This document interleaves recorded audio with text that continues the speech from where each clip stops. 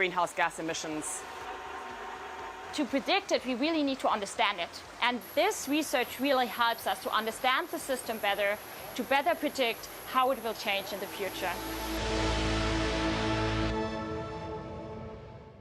Thousands of people have descended on a tiny town in Tasmania's Derwent Valley for what's been described as the world's toughest mountain bike race. It's the first time the event has made its way out of Wales, and reporter Meg Whitfield was there for the ride. From jaw-dropping jumps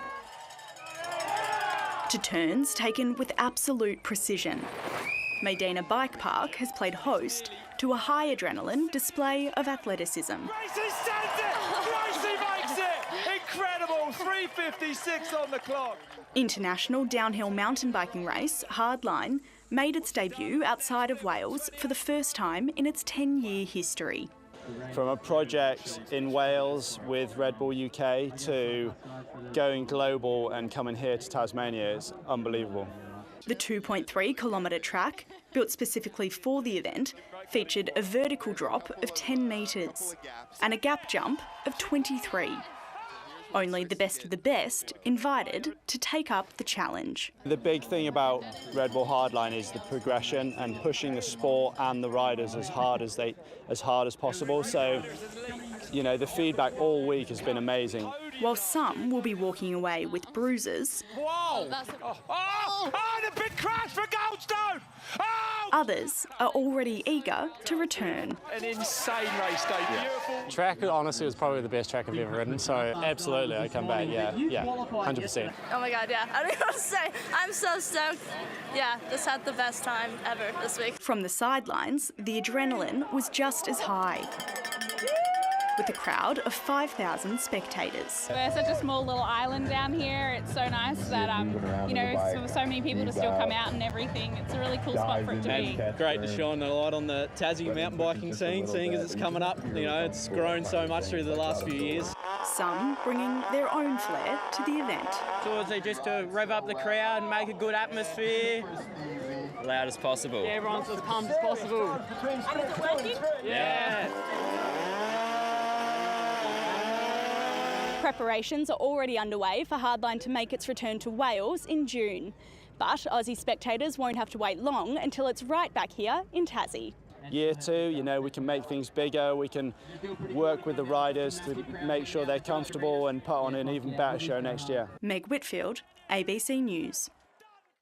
A rural entertainer known for his country music, comedy and collection of curiosities is a mainstay of South Australia's Murray riverfront.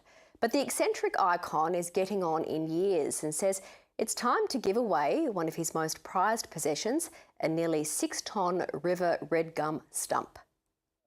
Frank the Chook Man Turton proudly shows off his handmade houseboat. Oh, this is will it sink or won't it? It hasn't sunk yet. He's a maker and collector of the weird and wonderful, including an almost 6-tonne river red gum tree stump, which has been a feature of his Riverland home for nearly 40 years. In 1984, he was on a bush adventure 50 kilometres upstream when he stumbled upon the magnificent root system. He attached a dozen 44-gallon drums and a motor and sailed it down the River Murray. I think I spent about 6 days and nights sailing down the river. Cold as all hell, about a mile an hour. Now it's time for the stump's next big move. The 81-year-old has donated it to the local community museum, where Frank's tale and this beauty of nature can live on. And you can see what goes on under the ground with the red gum tree, especially as big as that. No big long roots down in the ground, but a huge spread of them. Museum Chair Wayne Howell is excited for the new attraction to land. It's legendary, to be quite honest, and the story is nearly as important as the piece itself. Oh my God, that is huge. And the story about the way you got it here, you have to come and, you know, sort of find out about it. And yeah, the story to get it here was amazing.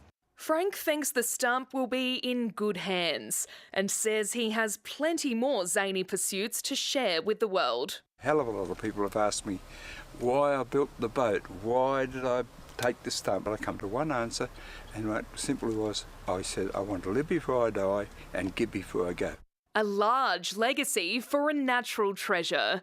Sophie Landau, ABC News, Paringa. If you think dancing and doctorates don't go together, you'd be wrong.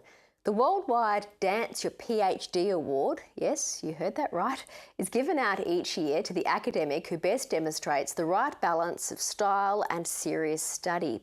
This year's winner is a Brazilian scientist from the Australian National University in Canberra who shimmied his way to the top for his work studying the social behaviour of kangaroos in Victoria.